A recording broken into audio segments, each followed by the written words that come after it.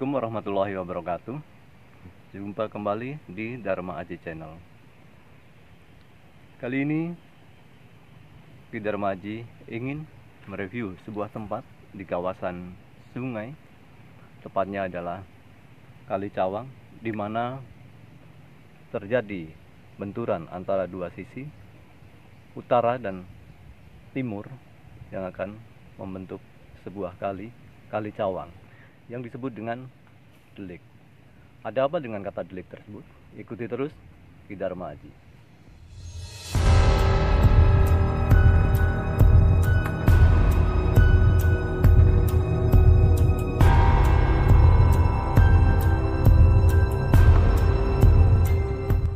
Ada suatu kisah yang terjadi di sini, kisah besar. Kisah dari seorang putra bangsawan yang konon mengalami suatu penyakit yang tidak selazimnya, yaitu penyakit kulit yang cukup parah, bahkan mungkin mendekati, ada disinyalir adalah penyakit kusta. Kemudian perjalanan beliau, entah itu karena terusir dari keluarga atau mungkin inisiatif beliau sendiri, beliau kemudian berkelana untuk menyembuhkan penyakit tersebut. Dan kisah itu sempat terjadi di sini, di sebuah delik. Delik adalah kata lain dari sembunyi.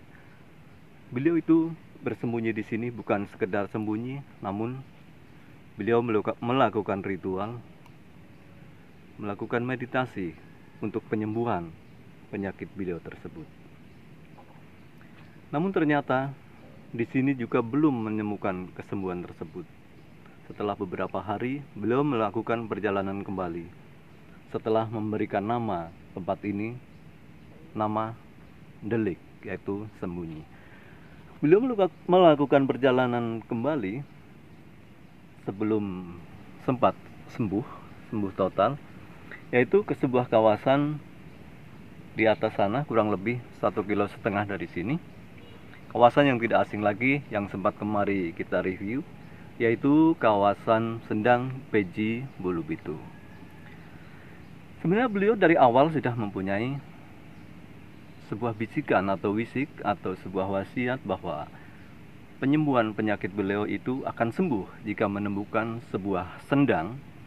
Maka dari itu beliau berpikir-pikir mencari sendang mana yang tepat. Maka beliau juga mencoba di sini. Mungkin disinilah tempat yang cocok, ternyata belum. Dan beliau berinisiatif kembali melakukan perjalanan, akhirnya menemukan Sendang Bulu Beji tersebut.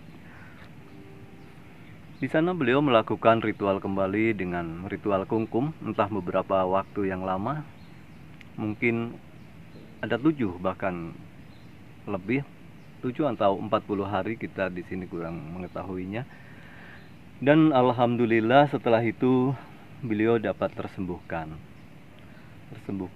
dengan tanpa bekas ataupun cacat sedikit pun. Dan setelah itu beliau melakukan perjalanan kembali, tidak langsung kembali pulang, namun beliau begitu banyak, perjalanan beliau begitu panjang, sehingga banyaklah nama-nama yang terbentuk oleh ide-ide beliau. Seperti di sana ada si Kumpul, ada si Lekot, ada juga si Pole, masih banyak lagi tempat-tempat di daerah Kota Winangun ini. Siapakah tokoh tersebut? Beliau adalah ksatria besar, seorang tokoh besar untuk kota Kebumen. Dia adalah Jako Sangkrip atau yang bergelar Arumbinang. Beliau adalah bupati pertama di Kabupaten Kebumen tercinta ini. Semoga beliau selalu mendapatkan anugerah dari Yang Maha Kuasa karena telah begitu banyak berjasa untuk kota-kota Kebumen dan sekitarnya. Ada pelajaran besar yang kita petik dari perjalanan kisah beliau, yaitu seorang pemimpin harus benar-benar bersih, baik hati, jiwa maupun fisik. Itu untuk mencapai untuk menjadi seorang pemimpin yang berwibawa, yang amanah untuk rakyat-rakyatnya. Semoga beliau senantiasa mendapatkan anugerah dari Sang Khalik dan menjabat ketentraman di sisinya. Amin.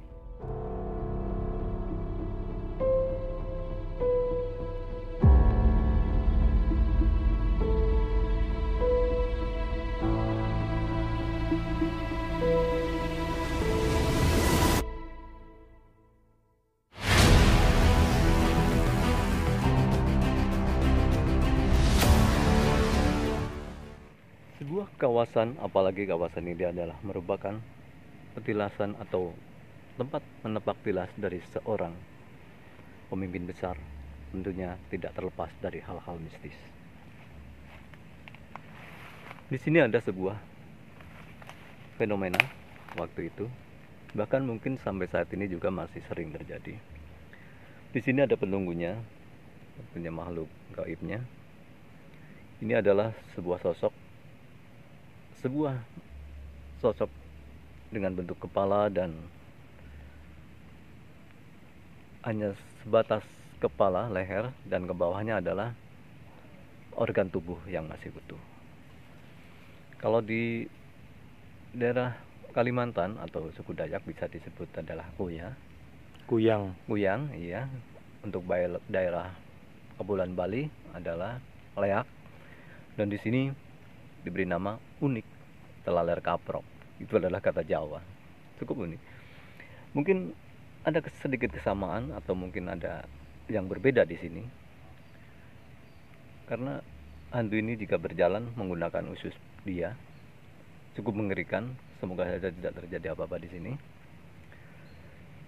Di samping itu juga ada satu penguasa lagi, yaitu hantu lampor.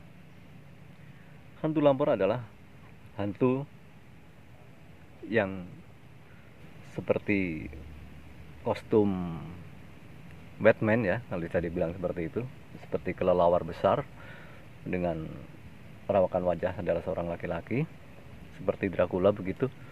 Dan itu adalah sering muncul di siang hari, di saat-saat seperti antara jam 11 sampai dengan jam 1 siang. Dan ini sering menyesatkan anak-anak yang sering bermain-main di sungai ataupun dimanapun. Itu adalah hobi beliau. Dia, bukan beliau ya, sorry. Hobi dia itu sering menyesatkan anak-anak untuk dibawa disembunyikan di suatu tempat, misalnya di celah-celah batu, kayu, atau rerumpunan semak. Namun insya Allah sekarang tidak berada di sini, tidak ada terjadi kontak apapun. Dan itu terakhir terjadi ketika kurang lebih 7 tahun yang lalu, di mana di situ ada seorang anak yang sedang bermain bermain di kali, dan sungguh nyata kejadian itu. Dia merasakan seperti ada pesawat di atasnya dengan angin juga aroma yang tidak sedap, apek seperti itu, dan seperti bayangan menutupi di sekitar dia, dan dia hampir terbawa. Namun karena ada orang tuanya yang kemudian menghampiri dan memanggilnya, sehingga hantu tersebut tidak berhasil membawa anak tersebut. Semoga kita selalu dalam lindungan Yang Maha Kuasa. Itulah sekelumit perjalanan Ki Jaka Sangkrip yang sempat bertapa di sini, di sebuah kawasan Delik. Di sini baru teringat, mohon maaf, teringat istri saya yang sedang sakit di rumah. Dia mengalami gangguan sesak napas, dan kebetulan di tempat ini ada kebutuhan yang diperlukan untuk pengobatan herbal, yaitu sebuah pohon pucang, yaitu jambi yang akan kita ambil akarnya, juga pohon cimplukan, serta kelapa. Untuk menutup video ini, kita remaji hanya manusia biasa, ingin mengucapkan jika banyak kesalahan serta kekurangan mohon dimaafkan, kesempurnaan hanya milik Allah. Assalamualaikum warahmatullahi wabarakatuh. Salam sejahtera.